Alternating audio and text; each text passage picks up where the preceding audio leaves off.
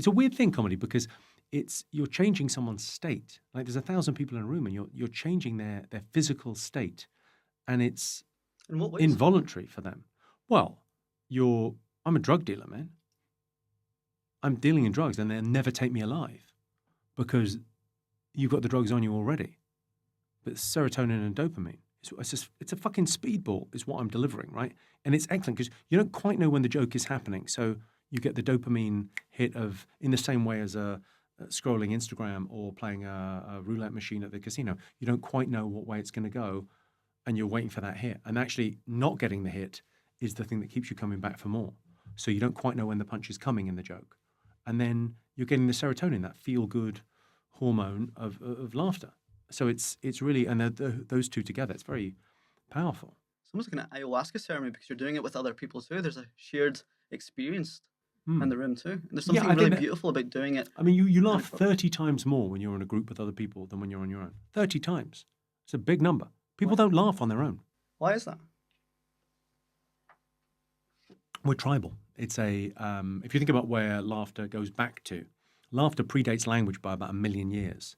It's remote grooming. So there's a thing called the Dunbar number, which is about like silverback gorillas, right? They get to a group of about 60, and then the 65th guy goes, I don't even know these fuckers. I'm over here. And they start a new pod, right? So they go off and they form different groups. Now, the reason human beings were able to do so well was because we were able to have larger groups, which allows larger specialization. Well, how do we do that? Well, we did that through remote grooming. And remote grooming was about laughter. So you could show people that you weren't a threat, that you were part of the group, without needing necessarily to pick nits out of their hair.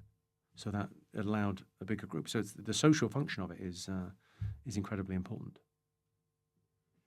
There's a lot of information in one go there. Sorry. Yeah. But that's our, as human beings, what's our big advantage? What do we do better than any other creature? It's cooperate. You put one guy in the jungle, you've fed the animals. Put 100 guys in the jungle, you've got a new apex predator. We're better together. And that thing of rewarding that, how do we reward that? Well, laughter and, what does it reward? It's a sense of humor. Why have a sense of humor? Why do you release dopamine when you hear a funny joke and serotonin? It's a reward, right? Well, it rewards language, which is important for us, and pattern recognition, which is very important for us. Pattern recognition, everything's based on that. I love your concept of the superpowers of the average comedian. Yeah. What do you mean by that, and what are the superpowers? Well, pattern recognition is one of them. The idea that we're incredibly good at spotting patterns and repeating them. You think about a rule of 3 joke is the shortest pattern you could possibly get. It's the first 2 things. You think it's going to go this way, it goes another way. The pattern's been disrupted. It's funny. It's the aha and the ha-ha moment are very similar in life, and you become very good observationally. You become very good at using language, at getting ideas across in a succinct way.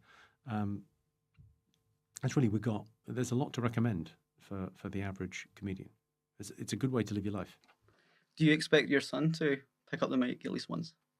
No, I wouldn't have thought. I would have thought that'd be, I mean, listen, he can do whatever he wants, but I think that's it feels like that'd be a very difficult thing. Depends. I mean, I might be entirely forgotten by the time he's 20.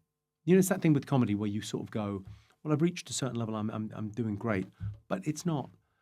Comedy rots. Comedy it improves so much. When you go back 30 years and watch like an old-timey comedy special, the pace is pretty slow.